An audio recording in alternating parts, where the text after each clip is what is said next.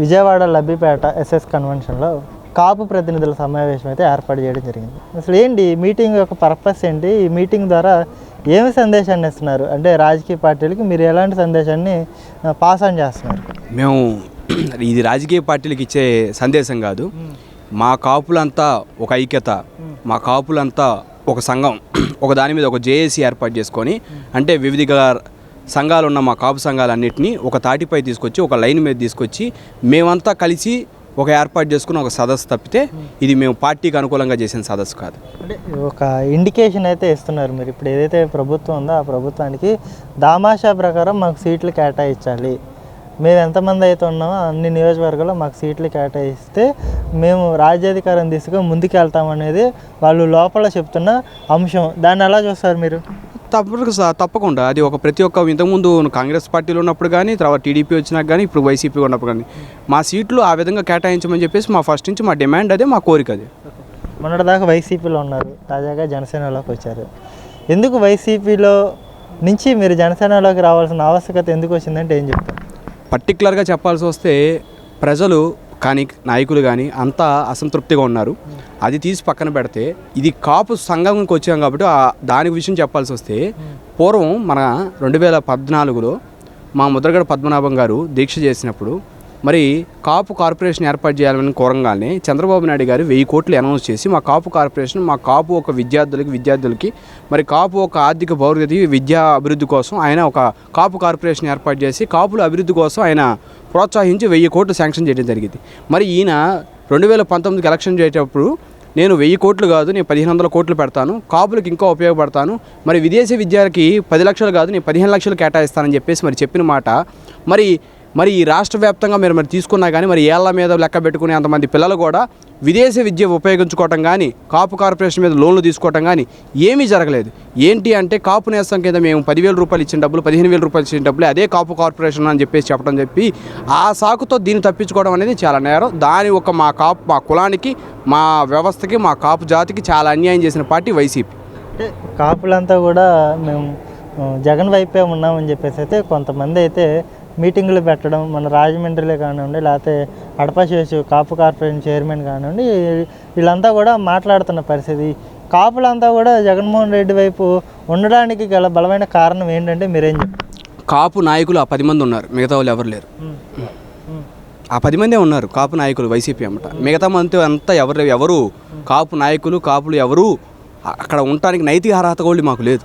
ఎందుకంటే కాపులకు తీవ్రమైన అన్యాయం చేశారు వైసీపీ పార్టీ, దాని ప్రభుత్వం తీవ్రమైన ఈ రాష్ట్రంలో ఉన్న కాపు విద్యార్థులకు కానీ, కాపు కార్పొరేషన్ చేసుకొని ఉపయోగపడాలి అనుకునే వాళ్ళందరికీ గొంతు కోసిన పార్టీ వైసీపీ. టీడీపీ టైంలో కాపులకు ఎలాంటి ప్రయారిటీ ఉండేది? వైసీపీ వచ్చిన టీడీపీని పొగడట్లేదు. టీడీపీలో ఉన్నప్పుడు కనీసం మినిమం మాకు 1000 కోట్లు పెట్టి ఇంచుమించు తెనాల్లో, మాకు తెలిసి నేను తెనాలి నియోజకవర్గ వాస్తవ్యాన్ని, తెనాల్లో నాకు తెలిసి 60-70 మంది విద్యార్థులు కాపు కార్పొరేషన్ ఉపయోగించుకొని దాదాపు 60-70 మంది పిల్లలు విదేశాలకు వెళ్ళారు. 10 లక్షల రూపాయలు వాళ్ళ కాపులు పిల్లలు వాళ్ళు విదేశాలకు వెళ్ళడానికి 10 లక్షల రూపాయలు ప్రభుత్వం దగ్గర నుంచి ప్రోత్సాహం అందితే వాళ్ళకి కుటుంబానికి వాళ్ళకి ఆర్థికంగా ఎంత సపోర్ట్ చేసినట్టు? మరి వాళ్ళ కాపు కార్పొరేషన్ ద్వారా ఏ విధంగా లేదుగా. కాపు కార్పొరేషన్ నిర్మూలించేశారు కదా. అలా మీ కాపు కార్పొరేషనే కాదు, ఎస్సీ కార్పొరేషన్ చూసుకొని, ఎస్టీ కార్పొరేషన్ చూసుకొని, బీసీ కార్పొరేషన్ చూసుకొని తునకలు చేసిన పార్టీ వైఎస్ఆర్సీపీ పార్టీ. అంటే ఓవరాల్గా ఏం చెప్తారంటే రేపు 24 ఎన్నికల్లో 2 నెలల్లో ఓవరాల్గా పాత్ర ఎలా ఉండబోతుంది? కాపు రాజకీయాల్లో కాపులు ఏమన్నా మార్పు తీసుకురా? కాపుల పాత్ర ఎప్పుడూ కీలకమే.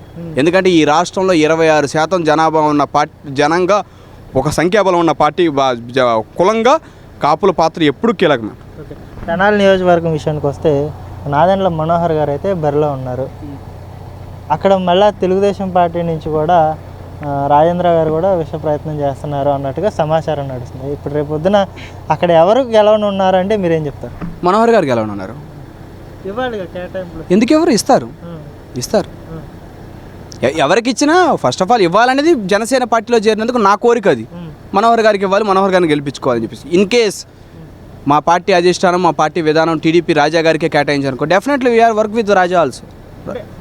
మనోహర్ గారిని అంత చొరవగా ప్రజలు ఆహ్వానించే పరిస్థితి అక్కడ ఉంది? ఆహ్వానించకుండా 2 సార్లు గెలవరు కదండి.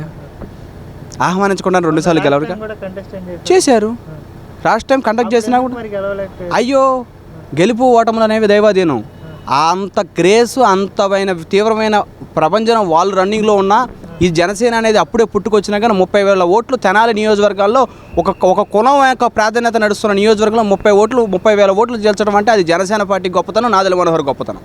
కళ్యాణ్ గారి గురించి ఎలా నడుస్తుంది? కళ్యాణ్ గారి అడుగులు ఎలా ఉన్నాయి? పర్ఫెక్ట్గా ఉన్నాయి? ఏమన్నా తేడాగా కనిపిస్తున్నాయి మీ పాయింట్ ఆఫ్ వ్యూ? కళ్యాణ్ గారు నిరీక్షణం ఈ రాష్ట్ర శ్రేయస్సు కోసం, ఈ రాష్ట్ర అభివృద్ధి కోసం ఆకాంక్షించే వ్యక్తి పవన్ కళ్యాణ్ గారు. మరి ఆ పవన్ కళ్యాణ్ గారు తన మేనిఫెస్టోలు చూసుకున్నా, మరి టీడీపీ జనసేన ఒక ఉమ్మడి మేనిఫెస్టోలు చూసుకున్నా కానీ, విధానంగా చూసుకున్నా కానీ ఈ రాష్ట్రం ఒక విధానమే మారే మేనిఫెస్టోలుగా ఉంది. మరి మేనిఫెస్టోల్ని మరి ప్రజలు అర్థం చేసుకొని మరి తెలుగుదేశం పార్టీకి, జనసేనకి తప్పనిసరిగా ఓటేసి మరి 175 నియోజకాలు దాదాపు 150-160 సీట్లు దాకా గెలిపిస్తారని చెప్పేసి మా కోరిక. అంటే దత్తపుత్రుడిని, ఇంకో పక్క బాబుని నమ్మితే చంద్రముఖిని ఇంటికి తెచ్చుకున్నట్టే, ఇక తర్వాత మీ ఇష్టం అన్నట్టుగా కూడా నిన్న ముఖ్యమంత్రి గారు మాట్లాడిన పరిస్థితి. ఎలా చూడొచ్చు ఈ కామెంట్స్ని మీరు? అంటే ముఖ్యమంత్రి గారు దత్తపుత్రుడు విమర్శిస్తారు, లేకపోతే 4 పెళ్ళిళ్ళని విమర్శిస్తారు. ఇవన్నీ విమర్శలు. ఎవరికి దత్తపుత్రుడు, ఎవరి దత్తపుత్రుడు? ఈయన సొంత పుత్రులు ఎవరు, ఈయన దత్తపుత్రులు ఎవరు, ఈయన తెలుసుకోవాల్సింది. సొంత పార్టీ, సొంత చెల్లి, సొంత భార్య, సొంత అమ్మ, తన కుటుంబ సభ్యులే తను దూరం అయిపోతున్నారు. తను దూరం అయిపోగాలు ఎదుటోళ్ళ దగ్గర అవ్వేటప్పటికి దాన్ని జలసితో మాట్లాడుతున్నాడు, అశ్రూహేతో మాట్లాడుతున్నాడు. అర్థం కావట్లేదు. ఓవరాల్గా ఏం చెప్పేది 2020 టీడీపీ కూటమి ఓవరాల్గా చెప్పేది ఇది డెఫినెట్గా క్రియేట్ చేసింది. డెఫినెట్గా 2024లో జనసేన టీడీపీ అలయన్స్ అనేది అత్యుతమైన మెజారిటీతో గెలిచి ఈ రాష్ట్రానికి మంచి సుదక్షిణ పాలన, మంచి పరిపాలన అందజేస్తుందని మేము ఆకాంక్షిస్తాం.